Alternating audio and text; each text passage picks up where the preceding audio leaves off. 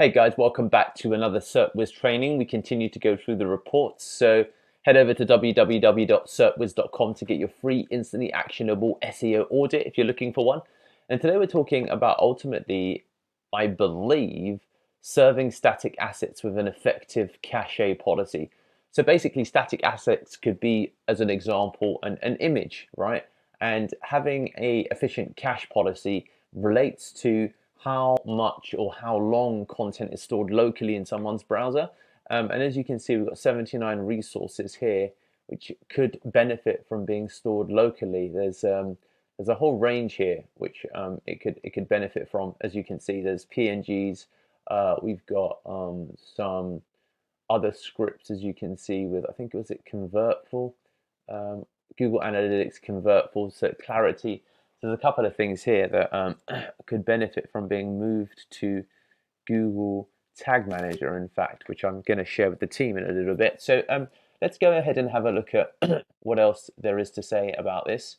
And this is what we hear from Lighthouse.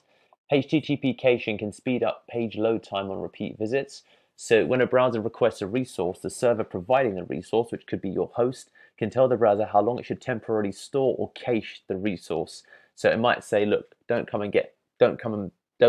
back and get this unless it's XYZ scenario, or unless it's been 3 days, as an example. For any subsequent reset for that resource, the browser uses its local copy rather than getting it from the network. So that means that your browser, let's just say Chrome that I'm in now, will say, okay, I'll store it locally, and unless Deepak clears his browser's cache, then I'll be able to just grab it locally in Deepak's browser, as opposed to going back to your website, as you can see.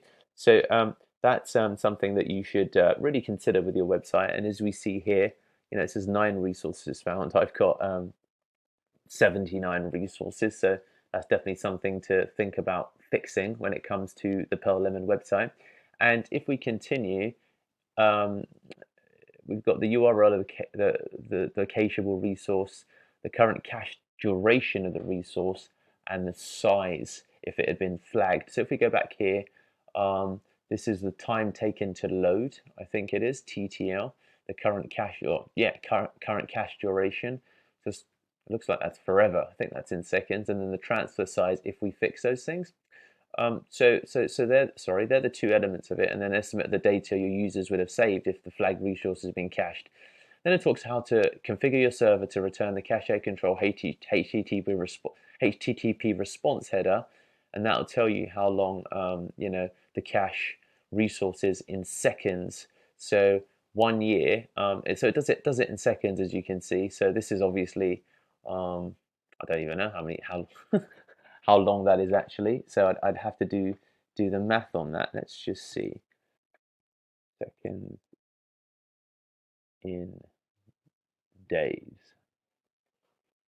7,000 days. So then we do 7,000 days in years, and that would be 19 years. So that's 19 years. So that could definitely do with being slowed down. I think that my mouth is out of sync. I'm not sure, but also have a look at what Z Google's has to say about different elements of this. I jumped into Google to take a look, and some brief further insights. HTTP caching can speed up your page load and repeat visits. So we've already discussed this. Was an efficient policy. We'll take a look at that in a second. But cache TTL is a browser cache time to live. Sorry, the amount of time that end browsers will cache a resource until the TTL time to live expires, after which a browser will request the asset again. And a cache policy defines the rules that use to determine whether a request can be satisfied using a cached copy of the requested resource. If it's time-based, it defines the freshness using the time when it was retrieved, headers returned with the resource in current time.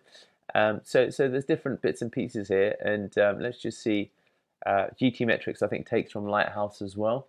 And is there anything else that is worthwhile telling you?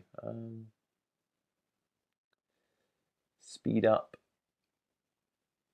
can be checked using the browser developer tools under the cache control column. So you can have a look at the browser developer tools, which you can access via inspect, and then you'll see the developer tools there. So if I go in, and you'll see network, and then in network you'll see table cache, etc., recording network activity, or hit R to record.